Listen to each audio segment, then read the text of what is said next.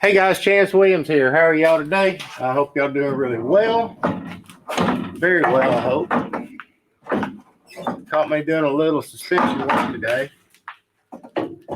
And wanted to talk to you guys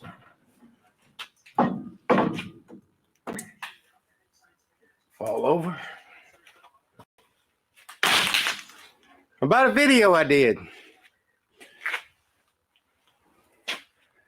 And a member who's no longer a member of Chance Shop Talk lost his ever-loving mind.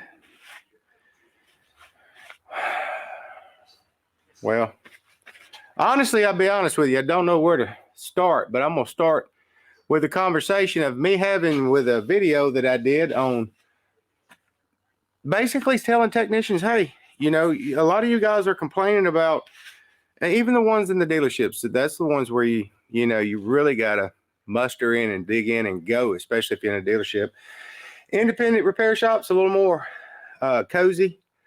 If you do a lot of inspections and upsells and stuff, and you don't get them done right away that day, they will come back. And when they come back, independent's a little more lenient, knowing who did what and who gets to do what, as long as you're there on that day to get the repairs done that you upsell.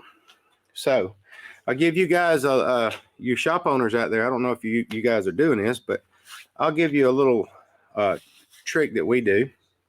Well, used to do. I'm semi-retired now, so I get to take my ever-loving time now, is basically it. So when you have a lot of things happen in your life and you make a lot of decisions that need to be made, you make them.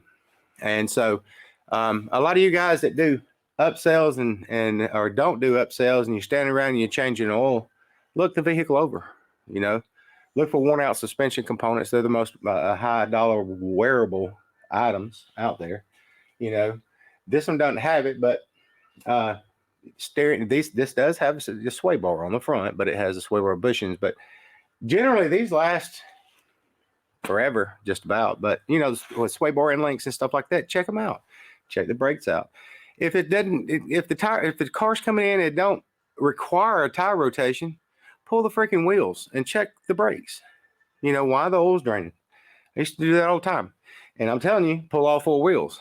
Because if you can't see the brakes from the inside of the wheel, and you do just one side, especially on like shoes, and then the customer comes back complaining, you forgot to pull the other side over there and check it. I know, because it happened to me, and it didn't have to happen but one time, and I changed. I pulled the wheels all the time. Even if the customer didn't request an oil, a tire rotation, I did it anyway. It was one of those things that if you're doing a job and I ain't coming over there doing that, ain't my job, you're never going anywhere. You're not ever going to, I don't know, the world's changing so much, and it just aggravates me to no avail to know that people think that hard work doesn't pay off. It does. It does pay off, and it pays off in the long run for sure. But anyway, so I made this video about pretty much one of the things that I said was technician shortage. Sorry, brother, there is a technician shortage and there is a labor shortage. And that all came about a few years back. And a lot of folks got paid more money for sitting on a couch than they did going to work. Now, that's the powers that be. I didn't have nothing to do with that. I am so sorry if you think that I had something to do with that and I got that kind of pull, you're full of dookie. Number one, I work every day of the week, and I just assume make people go to work and get out and do their part versus sitting on the damn couch somewhere and making money off of taxpayer dollars. I mean, hell, $3.4 million went to Twitter to suppress a bunch of stories to keep it hush hush so the whole world wouldn't know what the heck's going on. That's taxpayers' money. I don't know how we recover that. Somebody needs to go to jail. But anyway, that's politics. I really don't want to care to get into that. But I made pretty much a simple video of doing the extras, doing all the extra stuff. If you're working in a dealership, let me tell you something. Unless you got your whole life mapped out, this is what can happen to you. This is how my life played out. So, long story short, I went through a real rough childhood. I met my wife 17, ended up working. I did repairs. I started working on working on cars, not fixing cars, but learning about them when I was about 12 years old. So next thing I know, I'm with my wife at 17, 18 years old. We get married. We've been married for 35, 36 years now. But my life wasn't mapped out. I was poor, and I was poorer than poor. I was poorer than dirt. Okay. I come from nothing, and her family the same freaking way, dirt poor. So we ended up together, and I jumped in and went to work in a cotton mill. And next thing I know, I worked there for a little while, hurt my back, ended up having to have back surgery at 20 years old. Well, I was working for independent and working, cotton mill. So anyway, long story short, I had back surgery, took off. Couldn't walk for 2 years, spent 2 years in tech school. Couldn't walk. It took everything I had to get to school every day.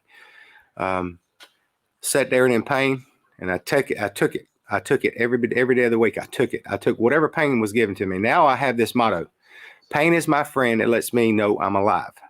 My doctors don't like that. She told me real quick, that's not right.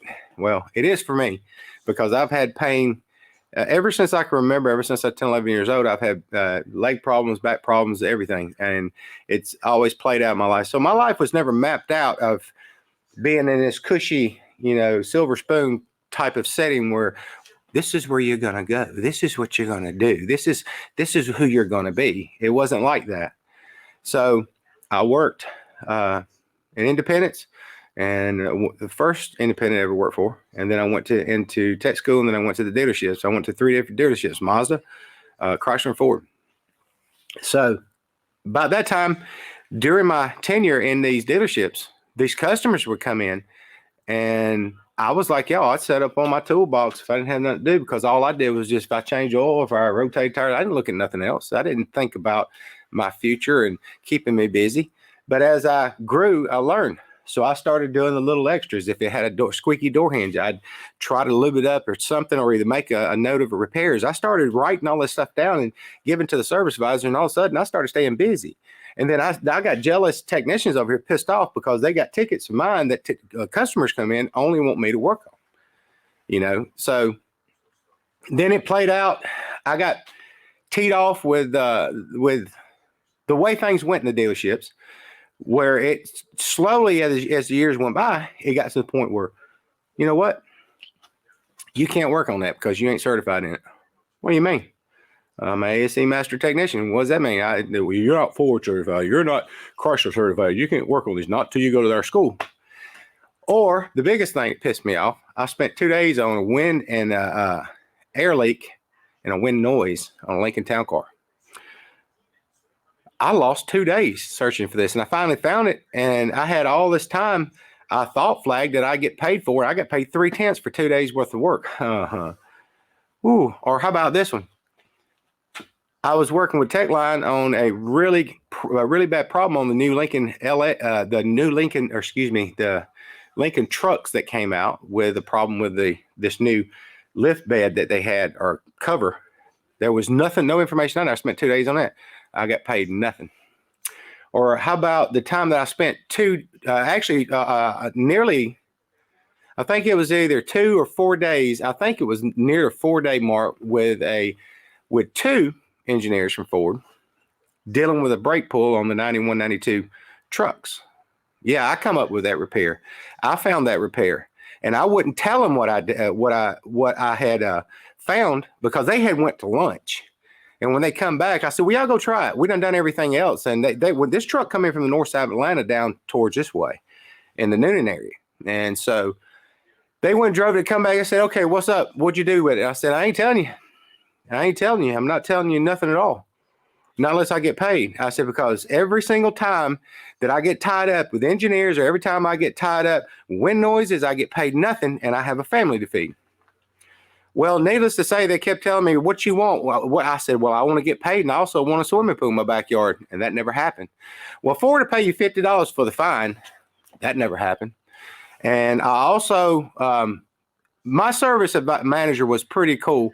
He actually did something I didn't think was cool. He went and found other cars that was he was writing bogus repairs to pay me on when Ford should have been freaking paying me to start with to come up with this fix on these 91, 92 Ford F-150s with a brake pull. So eventually I finally told him what I did to it, and they did a big technical service bulletin and whatever. And next thing I know, I still didn't get paid nothing. And so I really got fed up with that. And then one day I flagged some time on the vehicle, and it was about 6 or 8 hours, and I really needed that time. And so when I didn't get that time because, quote unquote, I didn't flag enough time, they held it until the following week. I didn't have no patience to wait till the following week. I had an electric bill to pay. I had credit cards to pay. I had food to buy. I had a house payment to pay. So I just said, screw all this. I can do bad all by myself. And I went out and I did my own thing. But what it was is what the reason I have been as successful as I has because every time a customer would come in, I'd leave little trinkets. Thank you. Little notes, little pieces of peppermint, a little piece of candy. Thank you for allowing me to service your car today, Chance Williams. By the way, you had a squeaky door hinge and I took and greased and lubed it up. It seems to be fine now, but if you have any more problems with it, please let me know. I left these things inside the customers' cars. So when they came back, they decided, hey, we're going to get this guy right here. I want Chance. Can he take care of my car? Even sometimes when we were slow, I'd go out there and wash the freaking car for him. So when I decided to do bad all by myself, then I jumped off in the left field, went home one day. This is a short story. My wife sees it differently, but this is it in a nutshell. I'll go home and say, hey. She says, hey. I said, what you doing? She says, well, I'm fixing dinner. I said, okay. She said, how'd your day go? I said, sucked, but I did okay. She said, really? I said, yeah. I said, you want to come to work for me? That wasn't cool. She didn't like that one bit. And she asked me, what did you do? I said, well, I went and rented a building. Now you got to go get us some business license and we're going in business for ourselves because I'm quitting. So that's kind of how it went, but there's a lot more to it, to the story. And she could tell her version and I could tell mine.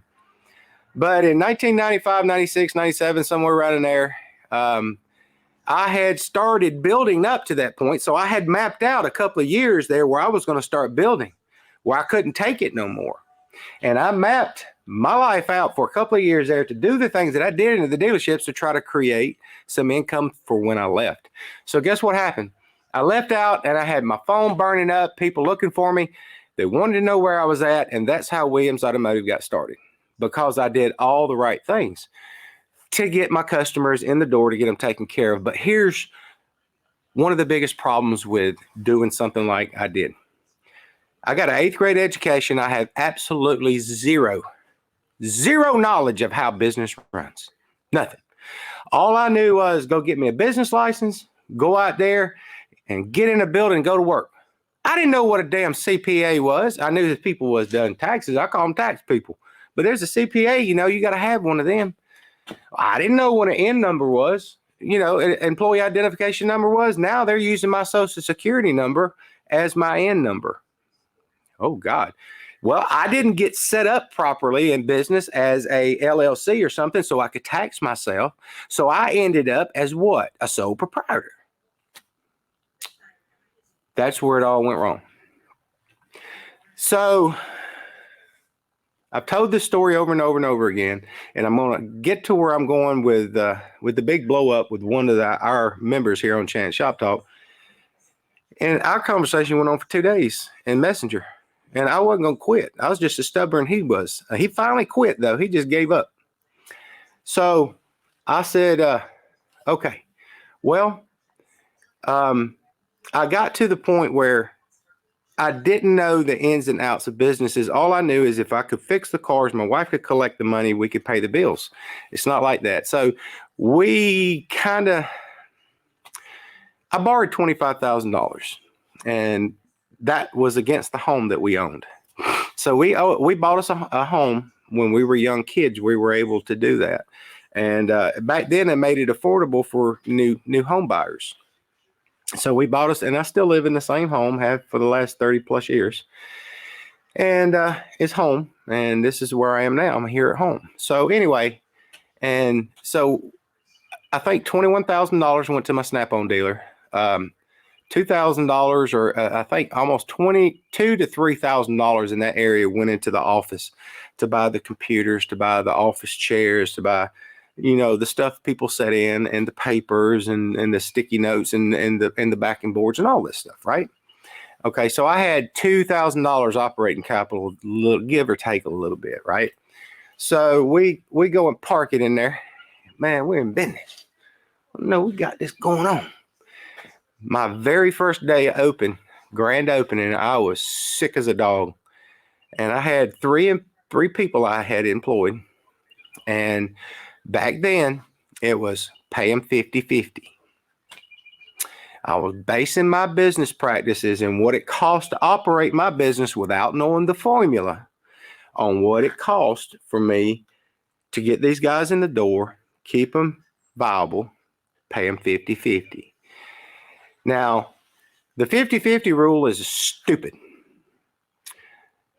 Okay, here's why I say it's stupid to pay a technician 50-50. All right, if you pay a technician 50-50 labor, where does that leave you? Paying your bills. It leaves you broke because there's somebody that's not going to get paid paying a technician 50-50. You don't do that. You pay a technician commission. You let the technician earn his money. And if he's a good technician, he's going to earn and bring himself home somewhere in the $1,000 to $2,000 range, depending on the week and how well he does and how well he performs. Well, needless to say, for a couple, I think it's about 2.5 years, we didn't know what to do. My first year, I got hit with like $17,000 in taxes, so I had to borrow from a credit card to pay those taxes, and I didn't understand why I have to pay this. I didn't make a profit. I don't understand. So the problem lied in being set up as a sole proprietor. You take a draw, and then which my draw is like a couple of $100 a week, and just enough to pay whatever. It was hardly nothing. But that and some other business taxes, they added up to around $17,000. So I said, oh my God, you know.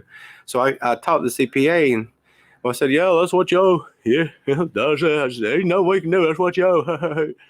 I was mad. I was upset. And so we borrowed credit cards to pay for it. All right. I ain't even got that credit card nowhere near paid off. Next year comes, and next thing you know, it's $28,000. So here comes the internal revenue this time. This time they come down hard on me. I don't know if they was close to the end of the alphabet and come up with the W's and then, oh, there's Williams. Let's go get him. They hit me hard. They levied my checking accounts. I've even, y'all can find a video in here where I actually showed the paper. They had stopped me literally from doing business and threatened me in every form or fashion. It's the most legal mafia tricks I've ever seen in my life, and it's legal. And there's nothing nobody could do about it because they are the gov, right? Okay. So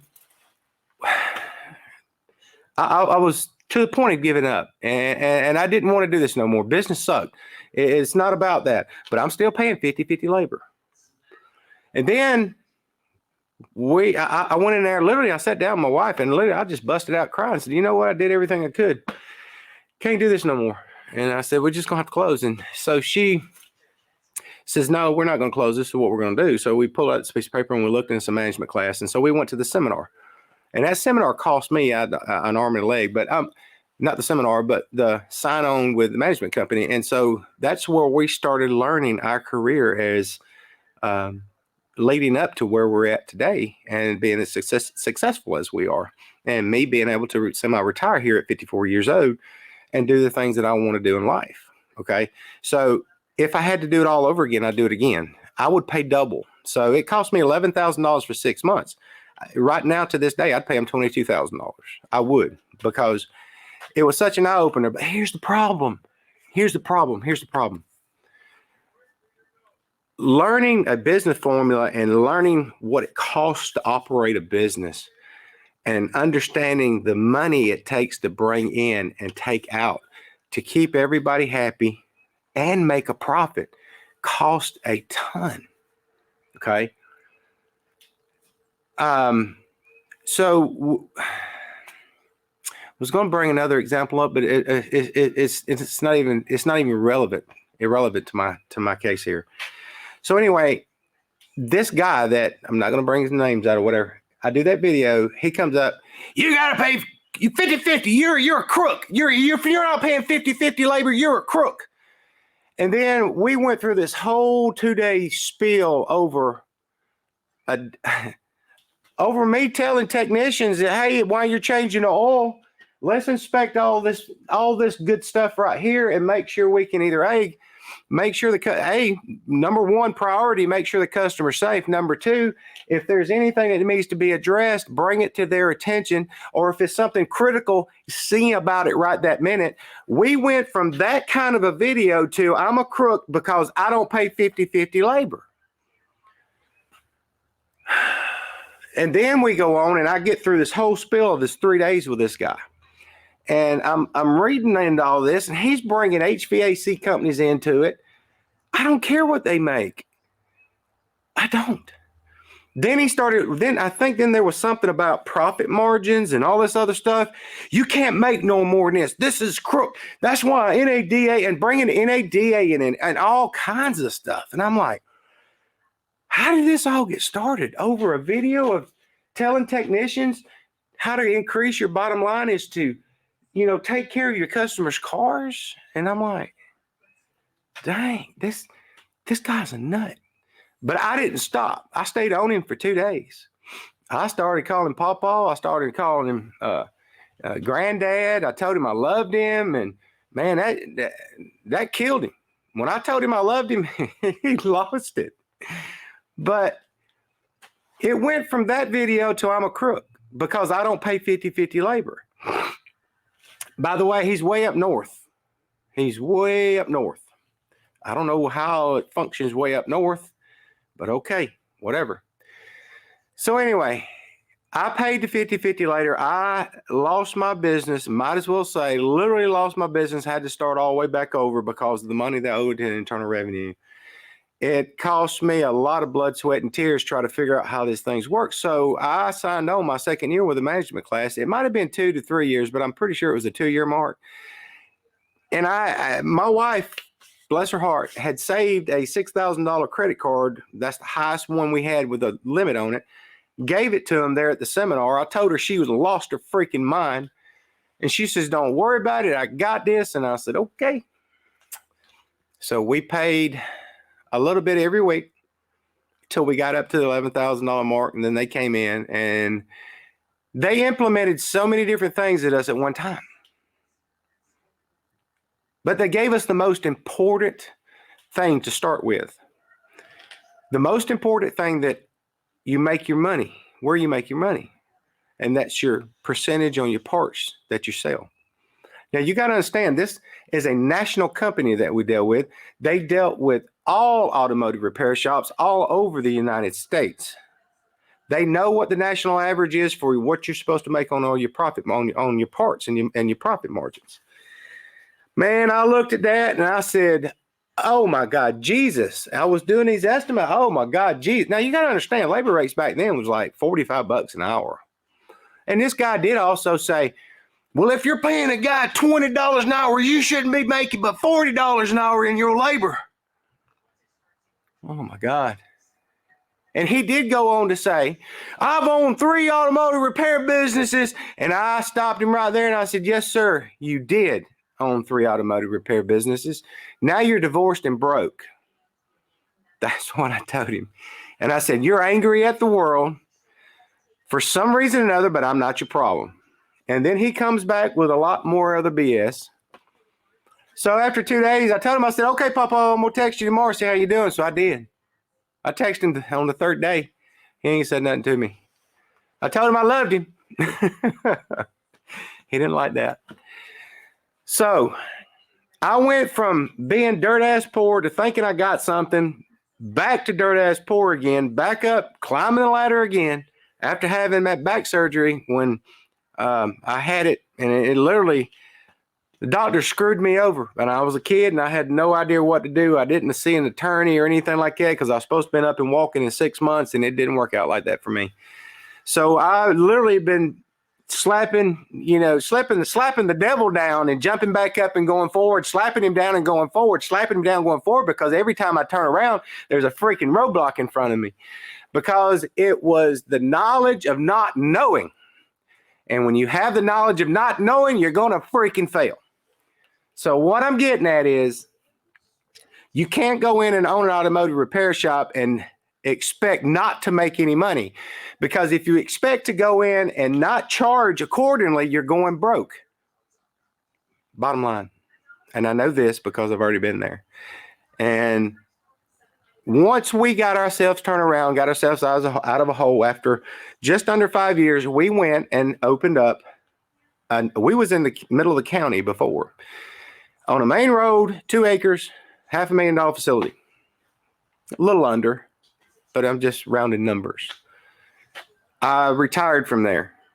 It's up on the market for sale. Okay. But for you guys out there that own businesses, if you're struggling and you're struggling really, really, really, really hard, and you're trying to do everything right. Now, what I'm getting at is if you are doing everything 100% legal across the board with every dollar that walks into the door, you should be able to pay yourself very well, have a nice little profit aside, and you can invest the money as needed for your retirement down the road.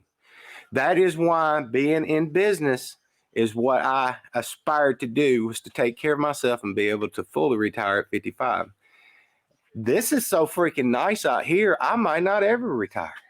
I'll just load up the camper and go somewhere for a while and just enjoy the rest of my life.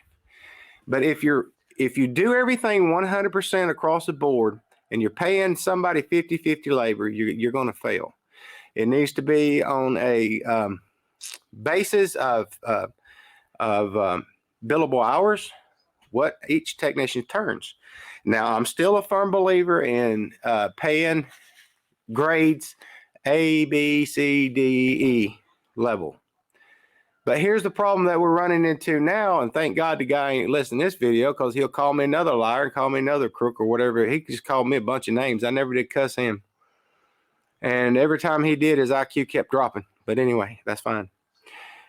You run into a situation where you paying somebody that type of money, then the business will eventually fail. But if you're paying them on flat rate, then the business is going to prosper and the technician is going to prosper.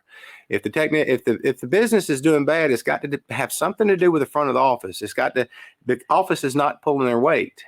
They're not sending out reminders on, hey, we inspected your vehicle. They're not putting little trinkets in. Thank you very much for allowing us to service your vehicle today.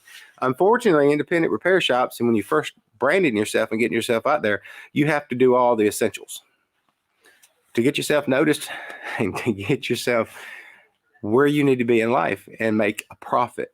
Just because you're an independent doesn't mean that you don't have to charge.